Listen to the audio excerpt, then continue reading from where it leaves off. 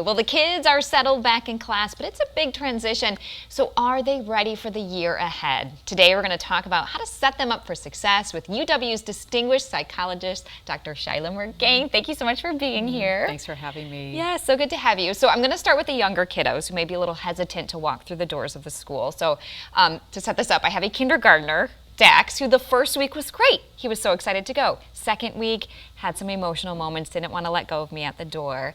And then, that's emotional for all of us. So what are some techniques that we can use to kind of walk everyone through that transition? Well, your son is not alone. Many kids are finding that they're feeling extra emotional, whether it's separation anxiety when they're being at drop-off or when they come home, and that isn't necessarily a bad thing.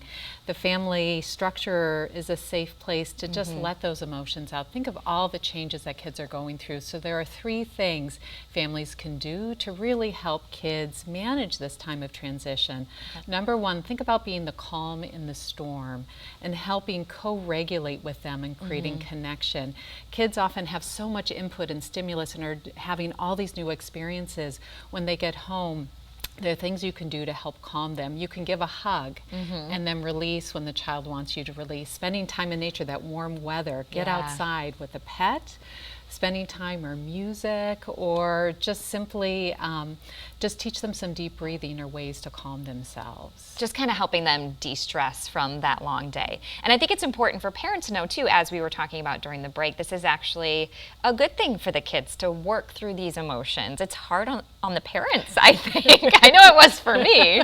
It's so important for parents to know nothing is wrong. Yeah. Again, I think the happiest families are places where kids are safe to express big emotions.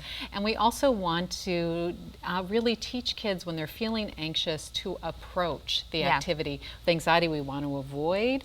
So instead, I think a motto can be just do it anyway. We can do hard things. So that can look like trying something new, sticking it out, failing fast, like, you failed, try again.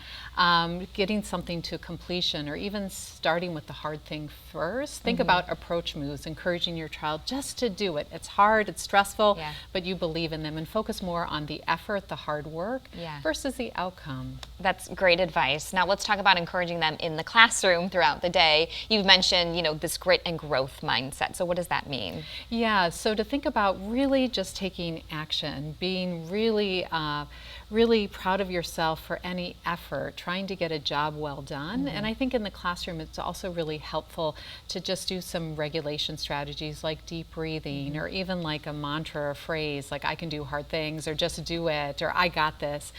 Parents can really help them. And I think the dinner table is a really important point. There's research shows that families who spend time at the dinner table having a shared meal, kids do better at school, there's less stress and tension around in the family, and people eat healthier. So it's a great time to check in, to focus on what went well, any questions you have, any ways maybe you made a difference. What are some of those questions that you can ask them when they're at the dinner table about their day? Oh, that's great. I think there are 4. What are you grateful for? What did you learn? Or what did you struggle with but achieved? What questions do you have? And then a great question is around family values. What kind of compassion, love, care, or kindness did you show today? A way to instill that family value that you have. I love that. And I feel like we could talk all day about this. It's such an important topic, but thank you so much for being here today. Thanks for having me.